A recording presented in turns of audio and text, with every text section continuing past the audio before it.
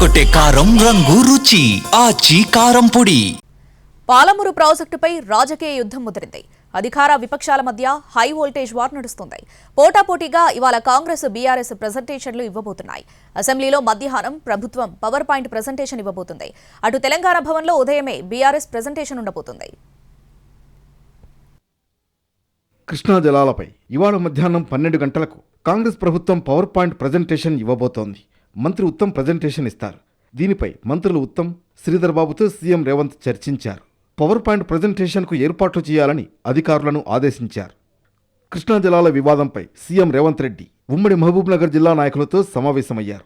పాలమూరు రంగారెడ్డి ప్రాజెక్టుపై చర్చించారు. బీఆర్ఎస్ నేతలు అసెంబ్లీని బాయ్కాట్ చేసి వెళ్లిన సందర్భంగా ఈ సమావేశం జరిగింది. పాలమూరు రంగారెడ్డి ప్రాజెక్టు విషయంలో బీఆర్ఎస్ హయాంలో ఏం జరిగిందో బయటపెట్టాలని నిర్దేశించారు సీఎం రేవంత్. కృష్ణా జలాల వాటా 299 టీఎంసీలకే తగ్గించి తీసుకోవడంతో జరిగిన నష్టంపై వివరించాలన్నారు. కృష్ణా జలాల వాటా, పంపిణీ, ఏపీతో వివాదాలు తదితర అంశాలపై పూర్తి స్థాయిలో అవగాహన పెంచుకోవాలని ముఖ్యమంత్రి సూచించారు. ప్రతిపక్షాల అసత్య ప్రచారాన్ని తిప్పికొట్టాలని ఉమ్మడి మహబూబ్నగర్ నాయకులకు దిశానిర్దేశం చేశారు రేవంత్. అటు తెలంగాణ భవన్లో బీఆర్ఎస్ పవర్ పాయింట్ ప్రెజెంటేషన్ ఉండబోతోంది. కృష్ణానదీ జలాలు, పాలమూరు రంగారెడ్డి ప్రాజెక్టుపై మాజీ మంత్రి హరీష్ రావు ప్రెజెంటేషన్ ఇస్తారు. గత 10 ఏళ్లలో ఏం జరిగిందనేది వివరిస్తారు. బీఆర్ఎస్ హయాంలో చేపట్టిన పనులతో పాటు కాంగ్రెస్ ప్రభుత్వం వచ్చిన తర్వాత జరిగిన పనులపై చర్చిస్తారు.